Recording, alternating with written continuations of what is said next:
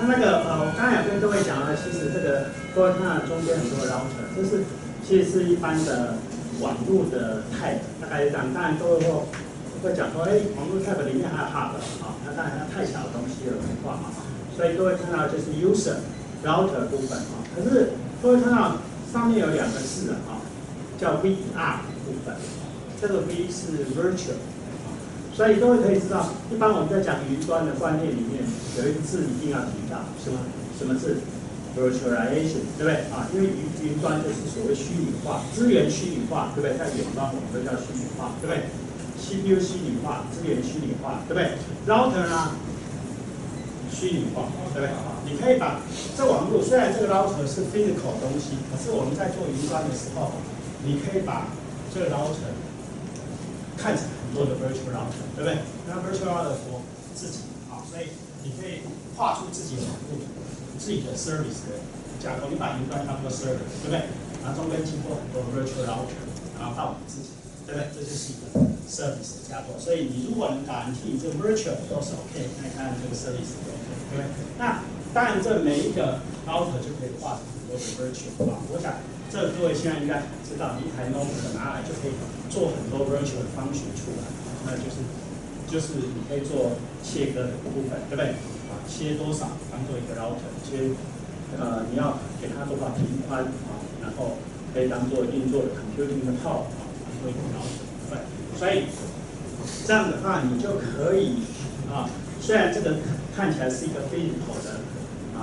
network， 可是你做了 virtualization。virtual 的 network 部分，所以以后会根据每一个人，但现在电信公司比较明显比如说台湾大哥大跟远传，它其实除了行动那一端是自己网络，有线的 core network 是谁的？中华电信，对不对？当然可能还有别家的，比如亚太什么这些的网络，可是主体上他们在看自己网络，虽然他是跟中华电信租或跟别家公司租，他就看你 virtual， 所以他在门片这网络的时候，他看到整个他的 service 网络是可以看到把这个他租用你全部都看你自己，所以那租用的都是一个 virtual 的 concept， 因为它不是他的，可是他付了钱，所以他有这个 virtual 的 concept。所以为什么平常我们在说，这个要台湾大哥大或远传降价，他们说不行降我就了钱，对不对？你就想奇怪怎么会了钱那infrastructure一定好了，对不对？无线这一端是他的，可是你可能今天你要打一通电话给我的时候，可能中间要经过 call 那是谁的？中华电信，对所以中华电信那个不降价，我们电信费一定至少要拉到100，为什么？这样才会了钱别家电信公司才会了钱。那谁稳赚的？中华电信稳赚，所以这个就是比较麻烦的一个问题就是所以那各位可以看这个 router 就是做 service 云的部分所以你看每朵云的门口很高的 router， 这个 router 是一个 physical router 或 virtual router 都可以，可是对每一个 user 来看的话，其实尽管是 physical router， 它还是可以把它当做 virtual router， 当做是自己的做 service 的部分所以它这个那么多云，刚才在讲那么多云，它 service 要做互换的动作 interchanging 的部分，对不对？我们刚才在前头看到你的 storage 的云，对不对？你要传到 user 那一端，传到这个 user cloud 去的话，对不对？你中间要经过一个 network 什么 network cloud， 对不对？所以那云之间 service 要做 interchanging 的部分，对不对？那当然有些同学在租这个阿玛龙，如果有同学租阿玛龙的云，你会发现，那个 VM 它一开始你买它租它的 resource 的时候 ，VM 就有大中小，对不对？可是你租了某一等，因为小的比较便宜，对，可是它不是代表比例几个小的就等于一个大，不是这个意思它可能到某一个等级的时候，大的会比好几个小的兜起来比较便宜，所以它发现了你的 resource 超过多少的时候，它自动会问你要不要把它整合调整所以会有做 VM dynamic migration VM 依赖去的部分，有些时候效果会比较好一点。比如说很简单，你现在可能人到美国去了，对不对？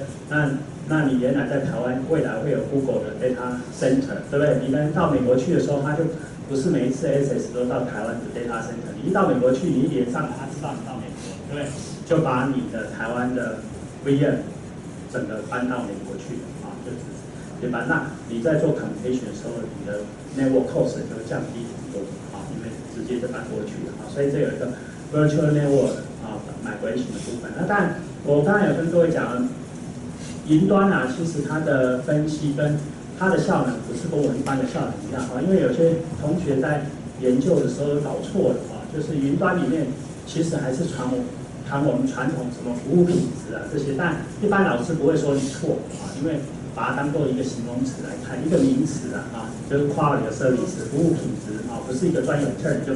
不会搞砸啊，不会搞错。可是事实上，云端它有 performance 是不同的观点比如说它是需要谈这个 link 的 ability 部分然后它还要谈这个system 要做 intelligent routing 这些部分这些都是它的需要谈的部分那这个是云的部分。那我跟各位讲一下，其实刚才有讲到 router 部分了那当然国际上很多在做 router 你现在大半你如果去 cable 公司的机房看，它最新 router 大概都是Cisco。其实，在国内的很多的设备 router 都是Cisco，所以Cisco大概占了75% 的 router 全球。所以现在这是一个蛮麻烦的问题，它是一个庞然大物现在最能打倒它的只有一家公司，华为，对不对？华为，因为它薄利多销要去打这个市场那现在的问题就是说，在industry 里面到底有没有 router 是for cloud 的部分我们不要说 inter cloud， for cloud 就很难那这个问题就是比较麻烦，就是应该是没有没有这种 router， 因为那个云是多大的云早期那个 router 就是为了一个 server 来做，一堆 server 来做，不是为了这个无穷尽的 resource 来做这个 routing 这些部分。那有没有网管的这东西？其实也没有因为我没有讲，我刚才讲 SMP 这个是我什么？我 node 的部分，我link 的capability 的data 的部分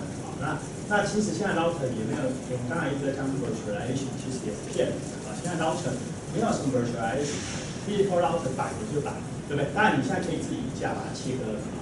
然后另外就是 energy efficiency 的部分所以可是当然很多公司都会号称它有所以我们这简单一张图来看这是斯坦福大学电机系他们做的实验，这是早期做的各位看2003-1990，各位感觉这个好像跟云端无关其实各位来看这个就知道，你可以看到那个这边从年开始来算，其实你的 power consumption 的 trend 是很高的可以看到这个是能量消耗的部分在 computer system 里面能量消耗的部分你可以看到2003是上对不对？那云的以后更恐怖了，因为你要推动那么大的 resource 在做运作的时候，这一条线更是恐怖，对不对？所以很多人现在在谈，为什么各位在看那个你可以看到那个Microsoft 或者是 Google 他们的云的 data center 的建造点，正在可以冷却这个系统的环境底下，对不对？比如说台湾 Google 为什么把云建到台湾？为什么？台湾的电价很便宜，然后着眼就是这样的，对不对？因为为什么？这个 power 这个是趋势是往上一直直的你会看到这很平稳，对不对？因为 computing 的 power 会拉得很高这个 power consumption 会很高所以这个价钱就会变很高所以它到台湾来设，其实着眼就是这个。那当然台湾着眼就是说拉到一个 term 叫做 Google 有台湾的一个 data center 就这样所以这个让各位了解一下，这是 Stanford 他们在几年前出来的东西。那我刚才说有些公司这个，但人家一说 router 大家就说有我有做这个云端 router， 对不对？那各位知道最有一家公司一定会跳出来，哪一家 ？Cisco， 这不用讲，你知道所以各位看到 Cisco 有一个叫 CRS 系统，他就说它是适合 router。不过没有人相信它到底是不是 router 不过它这个是现有的产品他说这个可以适合云端的运作的部分它可以support大概100 Gbps per second 的 bandwidth当然100 Gbps 应该还算 OK 了在网络的运作里面云端的运作里面100 Gbps 我想应该还算 OK 如果现在还不会很大的情况下啊，一般的部分，那它当然里面还有一些 memory 的运作模式叫 PCAF 啊，这是它专利的部分啊。那这个各位知道这个未来呢，各位到业界去就知道这个商场如战场啊，所以有公司当然就不服气啊，所以各位可以看到这一家公司叫 Jennifer 啊，这个应该在台湾也有它的分公司啊，它也是做卖一些这个设备的部分，当然还做维运，好像台大的电动车好像就是他们维运的啊，因为每年他有请我去审他们标案，就是他维运的部分。这个 Jennifer 就说啊，他感觉这个 Cisco 提的他的那个 CRS router 啊实在是不实际啊，他认为这个是不 OK 的啊，他认为这个现在的 router 都不该不适用在 cloud 上面啊，所以当然这个很多人都认为这个是因为商业的运作的部分啊，因为你总不能承认你的 router 不是在 cloud 上面，或者是你如果承认 Cisco 是在 cloud 上面，那谁会给你买 router 就会都跟 Cisco 啊，所以这个 Jennifer 就出来打，所以 Jennifer 提了一个观点各位看一下底下有几个 term 啊，叫做 Open Standard Approach 啊，我们其实在数位会流在讲很多东西的时候，我们就希望是 open 部分啊，因为它既然数位会有很多定义都是standard group 定的啊，比如说 ITU-U-T 这些其实都是一个 open 的，它定的都是一个 open 的 standard， 也就是说它是开放啊，所以这个他们就说啊，你要定一个 router 啊，它其实是应该要 follow open standard approach， 对不对？来做这个运作，就跟现在各位为什么会 router， 各位如果要加 router 会用什么系统 ？Linux， 对不对？啊，为什么？因为它是 open system， 对不对？啊，会用 Android， 对不对 ？open system， 对不对？你可能比较不会用 Windows， 为什么？因为它比较 closed 一点啊，比较封闭一点啊，所以这个是他提出来的啊，所以就这个两家吵得没完没了啊，就是说到底是要承认是 open standard， 还是说把现有的 router， 然后去做一些运作，就可以来达到所谓云端里面 service level agreement 的观点啊，这个是两方在谈这个问题啊，到底现在应该是这样。那当然无解了啊，因为Cisco的部分，因为全世界有75% 的 router 是它的，你再怎么跟它争，其实很难争啊，就跟中国大陆现在为什么台湾的第5G要去找中国大陆，因为它有5亿 user， 对不对啊？你再怎么定，台湾再怎么定，还是就2300万 user， 对不对？还有5亿啊，所以它的尽管不是标准，也会变标准，为什么？因为它 user 啊，因为美国其实也是total 加起来2亿，对啊，所以现在的问题就是说，那个量大的时候是可以高你这个市场部分，那这个也是一样啊。好，那我现在倒回来跟各位讲，比较重要的一个问题啊，就是因为有些同学现在因为云端很hot，所以很多同学就会研究会做云端的部分，可是不要搞错了，其实云端里面我们在谈的所谓的服务品质啊，其实它不叫服务品质，它应该叫做 service level agreement。那我就沿用服务品质这个东西，我们把数位会流里面网络 networking 整个 service 都用服务品质。早期我们的服务品质是什么？你这个 service delay 多少？对，你的 jitter 多少啊？比如说你现在各位在用手机看电影的时候，我会 care delay 多少，对不对 ？jitter 多少，对不对？然后电信公司会 care 语调性多少啊？就是它的语调性可以打多少，对不对 ？throughput 可以打多少，就这样。这些都是传统，就是你知我知的部分，对不对？可是云端其实不 care 这些东西啊。云端的 service 里面，你今天去跟云端租阿玛龙的云的时候，你就发现你付了钱以后，你就买了它，那你就买了它的这个小 VM， 对不对啊？你可以去试着买一下，买一个它的小 VM， 结果你会发现，它没有叫你填这个东西啊，因为它没办法确保你体内确保你的 jitter 啊，这个跟它一点关系都没有，对不对？可是它会有这个东西啊，它有这个东西，这个就是云端，就是说你今天一个 task 在它上面做，你的 flow。这个 conversion time 完成的时间到底多少时间？这个是它可以打贴，就在它云里面做，因为云是它的，在它里面做。可是出了云以后，抱歉，那个就不是它网路，对不对？啊，就跟你现在在未来数位汇流的时候，我们大家 access 都到云端去，对不对？云端去。那有些电视公司说啊，我可以保证这个我的你丢进来 service 在我这里面多久会做完？可是我没办法确保你这个网络上面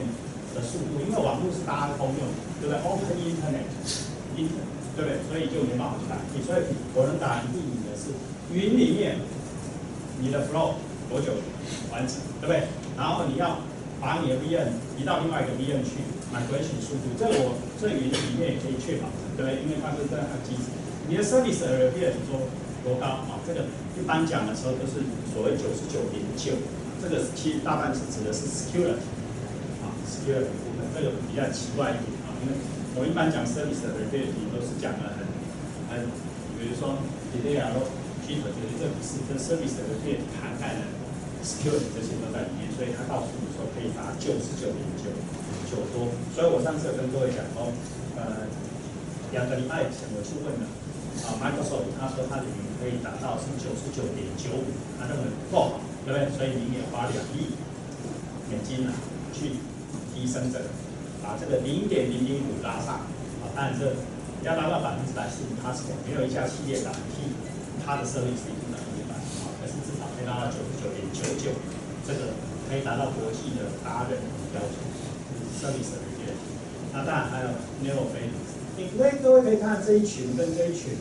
完全不搭嘎，对不对？这一群是我们传统在讲网络运作的时候的 index， 这一群在讲云端，所以你如果今天是在做云的部分，你就要跨到这一群。所以我有时候看到很多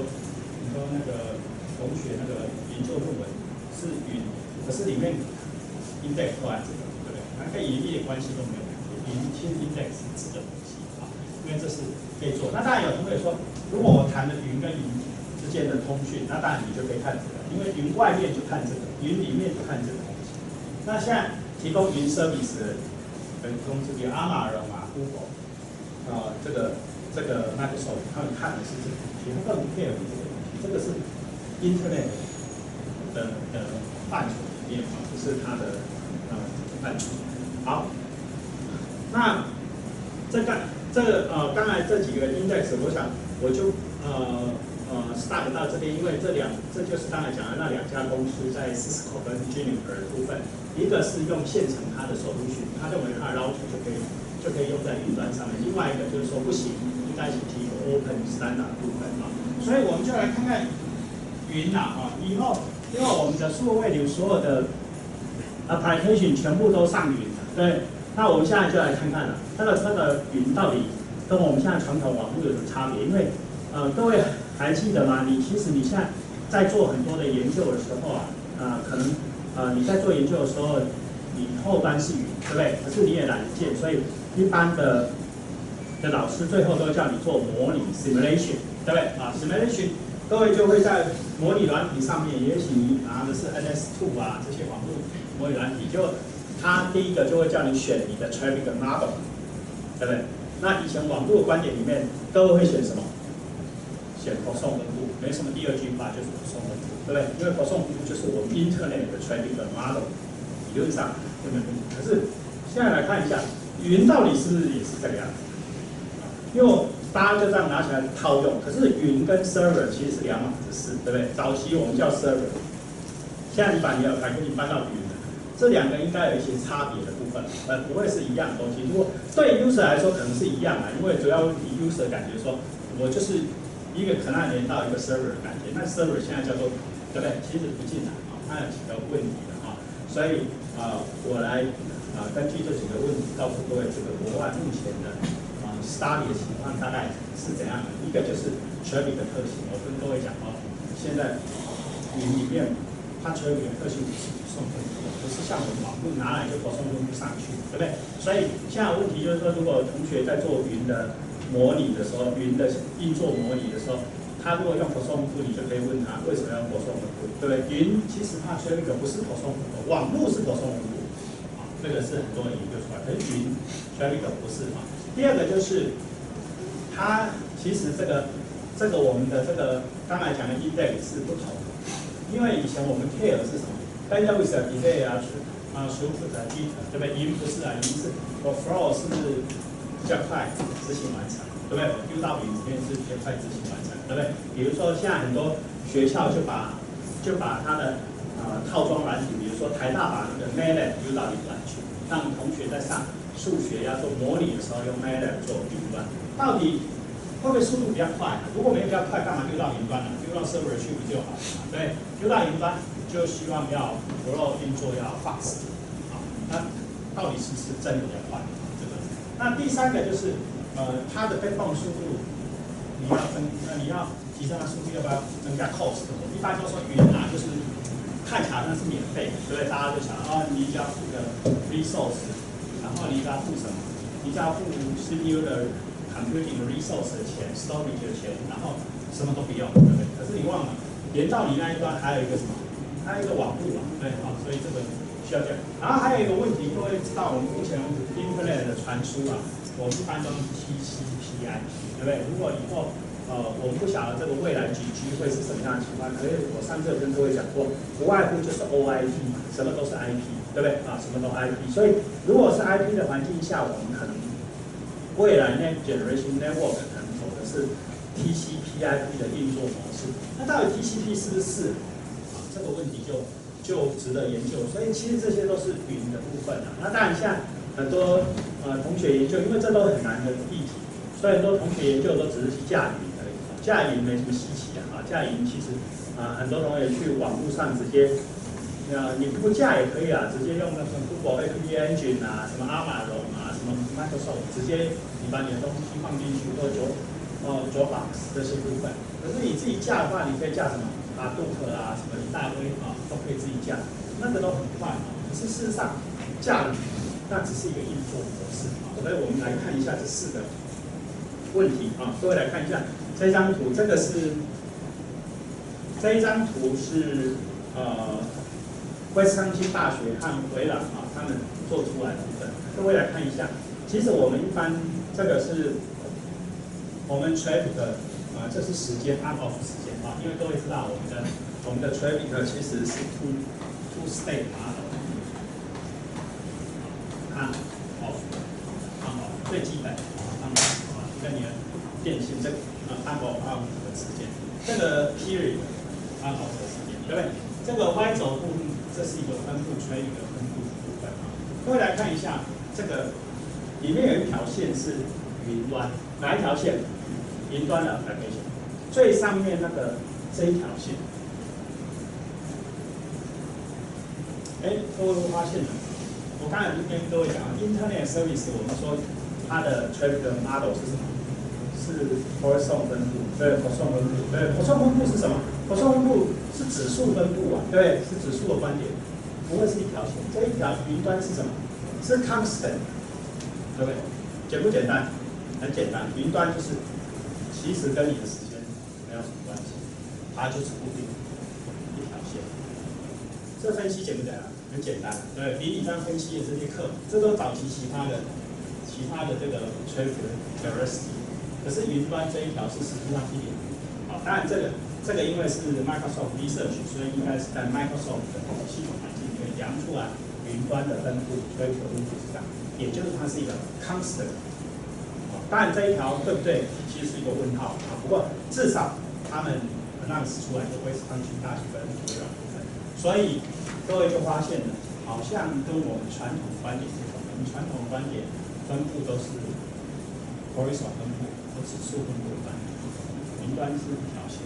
所以既然一条线的情况下，你的 resource， 你的网络的 traffic 的网络的频宽要给它一个什么东西，就是要一个固定的。对不对？因为你不能变动，为什么？因为它最后就是一条线，这个是一个 constant， 这个是需要注意的，这是很重要的一个 traffic characteristic。那当然现在各位如果做研究的时候，模拟你选的 constant， 指导教授可能会把你骂了一顿，所以如果骂了一顿，你就要拿这个给他看，你就跟他说，人家已经分析出来它是一个 constant， 因为所有人没有人认为会是 constant。因为我看到之前，我会认为云端的 traffic 总会是一个 constant， 对不对？你不相信，我也不相信。可是这一个是很重要的一个一个部分是研究出来。当然，这个研究出来对不对，其实是一个问号的不过因为 Microsoft 既然发布了，一定有至少有50%以上的可信度这个是好。那这个第二个就是说，我们刚才讲说，如果我们今天网络里面平板网络里面pair 就是说我分到多少频宽，对不对？我 delay 多少，我的throughput的多少，对不对？可是其实我们 pair 是我的执行速度要快一点。那各位来看一下，在云里面这个是什么？你的这个 flow 你现在到云端去做 service， 你的 flow 执行完成的时间，执行完成的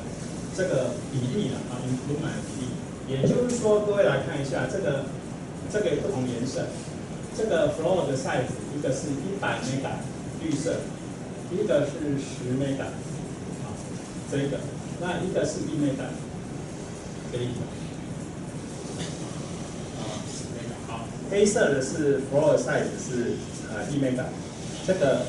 是10 mega， 这个是100 mega， 绿色是很大。各位来看一下 X 的部分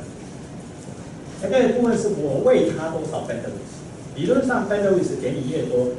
是不是improvement 你越快结束？你在做运作的时候，我给你频宽越多，是不是你应该越快结束，对不对？而且有可能是呈现性的，对不对？各位看我频宽从从这个开始到10 mega， 再100 mega， 理论上这个是什么？是你的 flow 完成的时间的improvement，就是你可以提早多少时间完成。理论上应该是红色这一条线，这个是线性。可是呢，各位来看一下这个做了3个 flow 去做测试，100 mega、10 mega、1 mega， 你会发现频宽给它越多呢，后来就讲后继无力，对不对？它讲它的完成的时间几乎是什么饱和了，固定，对不对？后面再给它频宽也没用。所以从这边可以告诉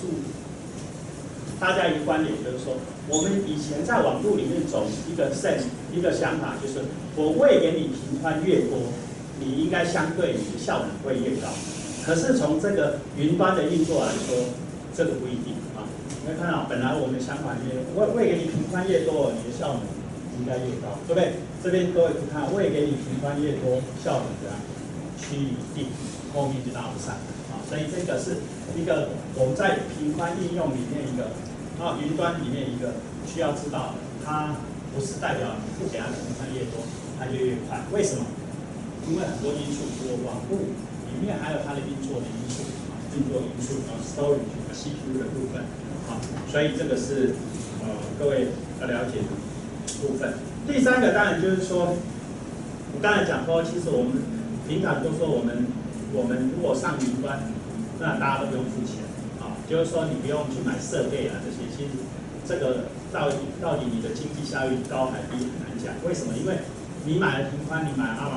对不对？你是不用去买 server， 对不对因为你直接放上去，你的管理也他管。可是有一个问题出来，你的网络的部分还是要你去做投资的部分，对不对？或者是你网络要去做比较高级的，对不对？因为你要 high speed 高速网络，对不对所以你要被动没起来。以前这个网络速度拉升的时候，早期做 CPU 的人CPU 一直往前跑，对不对？然后大家就说这个 CPU 处理很快的时候，网络如果速度慢的时候就发现这个 CPU 都闲置没时干，对不对？所以 CPU 发展到一个速度发展到一个情况的时候，它就会自动在那边原地踏步。为什么要原地踏步？等网络的速度，因为网络要传东西过来 ，CPU 在处理，对不对结果网络速度越达到很快的时候，造成什么问题？造成 CPU 处理不来，对不对？速度太慢，所以就很多 loss 掉。那现在这个问题也一样的云端你云其实你说它很 powerful， 可以有无穷尽的 CPU computing power， 有 storage 的部分。可是现在的问题就是说，你有没有办法你的 application 一直丢过去，它可以承受，或者是你丢过去你的速度够快丢，然后它可以一直看这个部分。所以这个是告诉各位，就是说，其实你在云的环境里面，其实你的 high speed backbone 还是需要考虑的。所以在数位流在网络那一块的部分，变成你后端变成云的时候，你的 infrastructure 也需要去考虑到这些部分啊。那最后，再告诉各位，我刚才说这个每一次换一个网络的时候，就有很多人去做了很多的研究，就跑出一堆研究，研究什么东西？研究 TCP 呀、对不对？网络这个一个新网络出来的时候，大家就开始骂说，哦，这个传统的网络的协定都不能用，对不对？好，像无线网络出来以后，大家就说啊，这个有线的 TCP 不能用，所以有一个新版叫做无线的 TCP， 对不对？云端出来以后 ，TCP 呢，各位来看一下这个效能就知道哈，这个是 active flow， 就是同一个时间可以 active 多少 flow， 这是 TCP 的部分。各位可以看啊，这三条线啊，这个 TCP 我们传统的 TCP 是绿色的，所以有人就去发展新的 TCP 的叫做XCP 的XCP 就是这个，这是另外一个，它的同一个时间是这个，意味什么意思？因为我们传统的 TCP 其实在云端里面效能有需要再被提升，你可以用XCP 这个 XCP 可以达到同一个时间 active flow 速度可以达到升到那当然有些比较烂的，各位可以看底下这一条，这个叫 processor sharing， 这个我们不管，这是传统。所以如果同学这个要做云端要什么题目，这个其实是一个很漂亮的题目，不过这个又很学理的部分，就数学会一会，因为不是题型的部分。所以各位可以看到这四块都是我们把我们的数位流上了云端，后端是云端的时候会碰到这些问题，所以需要去处理部分。那当然处理有很多的问题啊，谁来处理 ？router， 对不对？好，所以你在 router 的部分，你就要想办法。那 router 有可能是在门口在云的门口，对不对？你进出或中间的 router， 那 router 里面不外乎就 processing， 对不对？不外乎就是你的 buffer memory 的部分，对不对？那我们传统很简单，一个 flow 进来，对不对 ？router 里面包括了 buffer， 对不对？然后是包括什么 processing 出去，对。所以各位在模拟的时候还记得，如果进来的 traffic 我们一般都叫什么 arrival rate， 对，出去叫 service rate， 中间就画 Q， 对不对 ？Q 在里面，所以就知道你这个 data 到底 delay 多少，在这个 router 里面 Q。这是传统部分，对，这传统部分能不能承受的？刚刚讲的那个云端的部分，就是用4个当然那4个问题，大家能不能承受？当然答案是否因为这个很难那当然有人就提出来说。这个其实有些是可以做的像这边提到一个leader 部分各位应该知道 CPU， 各位知道对不对很熟各位应该知道一个产品叫 GPU 的部分GPU 当然比 CPU，G 因为是比较偏管理的方面因为我们有很多同学如果在做图形辨识、图形影像处理，要速度很快，对不对？那传统 CPU 根本有些时候会宕机对，所以用 GPU， 它的速度其实是可以到1000倍 CPU， 对不对？当然你要付出代价，付出什么代价？钱嘛所以现在很多公司其实都有 GPU 的系统。上次技嘉它一个系统里面一个 server 里面涵盖了16颗 GPU， 它速度可以很快。不过就是你要付出代价，就是各位可以看到每一个 unit 的 GPU 你大概是$7000$7000，这个要付出很大的代价这个是有这个东西。那这个是韩国他们去做出来test 的，就是韩国的类似工学院那种性质就是叫做什么科学研究院他们 test 的他们用 GPU 去做运作，速度是快。那当然我没有 GPU 对所以这个就不见得需要谈。各位来看 GPU 的速度这一条我们一般的 CPU 的部分，各位看红色这个 CPU 都固定，对不对固定，对不对？处理自己的速度固定。你看 GPU 的部分拉升上来它的处理速度。所以各位如果感觉电脑，你现在如果做研究是比速度的，那你感觉速度太慢，你就跟你知道，就是说来去买 GPU device 那速度马上就拉升很快。这个是用钱来叠的，前来一点，所以这个比较不符合我们的想法部分啊，所以这个我来看过去。好，那我们说这个传统是这个，那现在有个问题啊，我们就想，那干脆这样啊，因为这个 flow 进来，对不对？这个 buffer 一个我把它设3个总可以嘛，对不对？好，我现在让它进来的时候设3个，让它这个进来的traffic比较快一点，然后里面当然增加处理速度，设3个，出去的速度就变得比较快一点点啊，所以我就想，是不是可以把它多增加一些 buffer 在里面，对不对？多增加一些 buffer 在里面啊，所以就来看看要怎么去做它啊。所以各位可以看到一个 traffic 经过 router， 第2个 router， 第3个 router， 对不对？出去。那现在这是一个 single flow。云端呢？云端是很多 flow， 对，这是 single flow， 对。所以我现在我在做云端的时候的运作的时候，可能很多的 flow 一直在做，对不对？所以这都是 single flow， 把它全部绑起来做 scalet。各位可以看，它就像一个网一样，在中间跳来跳去。这是变成把它绑进一个 router 里面，它可以做 switch 动作，在 single flow 里面，不同的 single flow 里面就做 switch 的动作，所以你可以看到它就跑来跑去，就可以做single flow， 就可以做 switch 的动作。所以各位就可以看到它这个 service 就可以跟底下的 router， 这都是可以做 scalet， 这里面可以做切换的部分，这个可以做切换的部分，所以就像 switch 的动作一样，它可以 provide service， 根据 service 的需求，它可以 router 跟 service 可以做互通，所以根据你的 service 需要，它就在里面做切换跟 switch， 这样速度就会比较快一点点，快一点。那当然有同学就说，其实这快当然要有一些付出代价付出代价就各位现在看到这板子，这个板子。当然，各位看到那个 GPU， 如果一片现在可能比较便宜1年多大概是$7000的话，现在如果是$5000乘以30的话，大概是15万，对不对？这一张呢，这一张速度是4 G， 这个4个后，1个后1 G， 这一张是18000台币，所以你只要插在你的 PC 上面，这就是一个4 G 的switch router。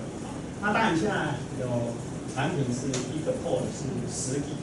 所以是40 G， 所以你一插上去，你的 router 就有40 G 的处理速度。40 G 的一张卡好像是6万台币，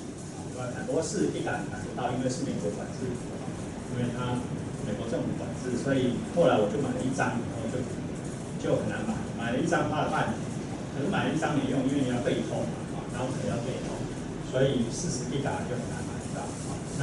那1 G 这4 G 很多地方都有，实验室也有很多张，我看很多学校都买了很多张，那速度就很快。一个4 G 我想速度很快，你吹给进来就可以switch出去，这每一张就1 G， 所以当switch都没有这个是出去。那这个产品是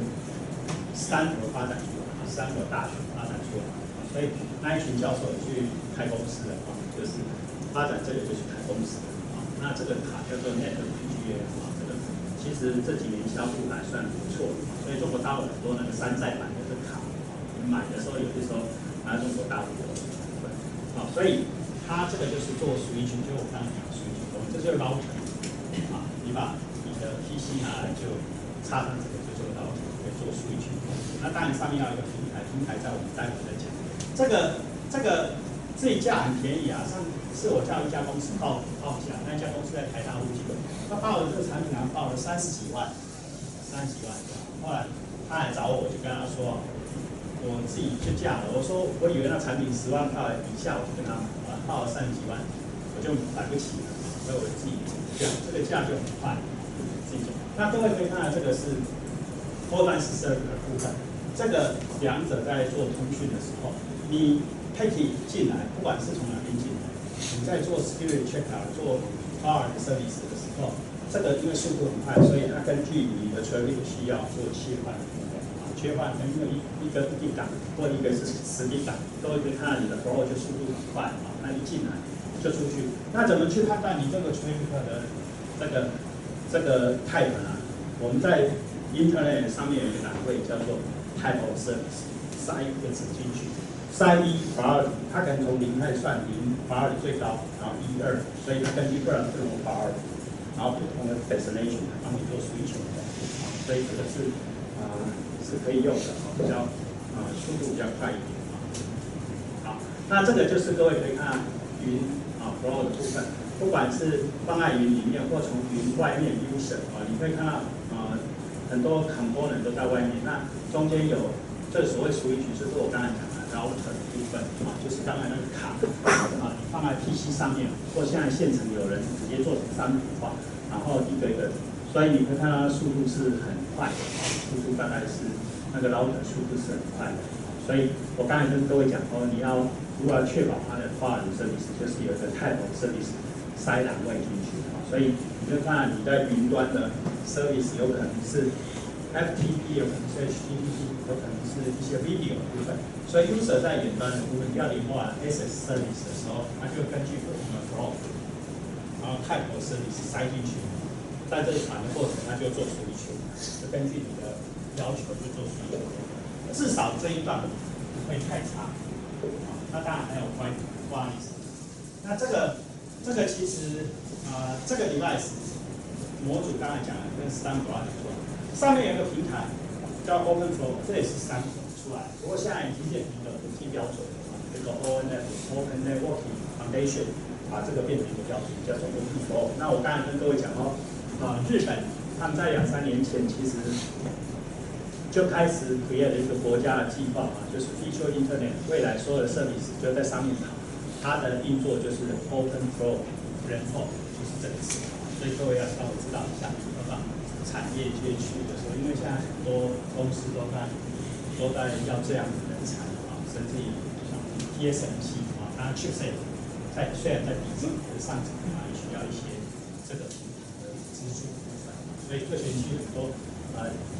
也许你早期去应征的时候，他会问你说，你会不会 enjoy， 对不对？当然现在很多人也会问你会不会 enjoy 或 HTML5， 对不对？以后可能有一些比较 high tech 的，他就问你，你会不会 open flow， 对不对？或者会不会 SDN 什么东西其实意义是一样的，那就做高速网络培训运算部分因为这样可以提供在云的运作里面比较 powerful 的部分那我想这个就是我刚才讲的2朵云之间要有 service level agreement， 那中间你怎么来？那很多的 router， 对不对因为怕bottleneck是在中间这一段障碍是在中间这一段因为这2个云管理者，比如这是 Google， 这是 Amazon， 或者是Google 的 data center， 这也是 Google 的 data center， 就这一段速度慢，那就惨，对不对因为有很多时候你在做运作的交换部分，那这一段一定很难在很多 router。所以你要去做处理。那我跟各位讲说 ，Microsoft 它很多的data center， 对不对？它就要花2亿美金去打造这个。它当然不是因为 Microsoft 不是 networking 的厂商它没办法布网络，对不对？可是它可以在上面做一些这种机制的处理部分，就是 SDN 的这些机制处理部分。这个我们可以拭目以待，因为它算明年开始要做这个块的部分。那这个大概就是基本。那当然，我刚才跟各位讲说，这个就是基本的运算部分router 大概要开多少这个是可以自己设定的部分因为你可以开大一点然后traffic会是这样，开小一点会是这样这个是理论的部分，我想各位看一下，自己有兴趣看一下就好。那这个是 power size。那当然这个有一家公司说它已经有这个solution巴亚塔这个当然听听就好因为2年前它是有，可是现在这几年，那这1、2年前我没看到它这个公司的名字了他说它本来就有这个所谓 virtual router 这个东西就是 router， 然后它的 virtualization 的部分可以用在云端的部分，大家各位知道一下。好，那这一块的部分就是在云端的 router 的 concept 里面各位大概可以知道，其实它里面就是要速度快网络运作速度快的部分那这个我就不讲，我就先 start 到这一个部分。那我待会要切过来跟各位讲，刚才各位有看到它的运作模式里面有看到有 OpenFlow 的部分所所以我待会来跟各位讲 Open Flow 那个东西是什么东西啊？因为为什么 Open Flow 这个东西，Stanford 大学一出来几年，它这个东西就变国际标准，但现在大家在推啊，主要是有它的存在的意义在，所以我们待会来看一下，这样我们会在数位会议的时候，在云端运作的观点里面就不会出很大的问题，至少可以打替它一些 service SOP， 或者是各位比较熟悉的什么 cloud 的 service 这个 term 好，那各位休息一下，我待会再讲这个部分。